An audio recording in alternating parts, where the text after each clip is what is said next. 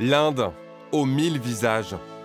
Ses habitants, ses divinités et son art ancestral. Près de 200 objets, sculptures, tissus prêtés par un musée romain. Une immersion visuelle, mais aussi physique, voire spirituelle, avec pour les visiteurs des cours de yoga dispensés par un professeur virtuel.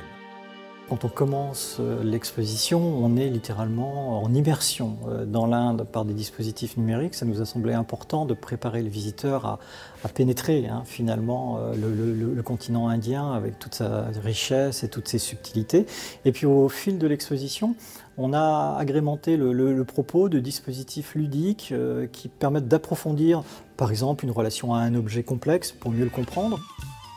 Entre la cité des Ducs et le sous-continent, un lien souvent oublié né dès la fin du XVIIe siècle sur fond de commerce et de traite négrière. Nantes a une relation historique avec l'Inde, notamment dans le cadre de la traite atlantique et des fameuses toiles, les fameux tissus indiens qu'on appelait les indiennes, qui étaient une des marchandises des navires nantais.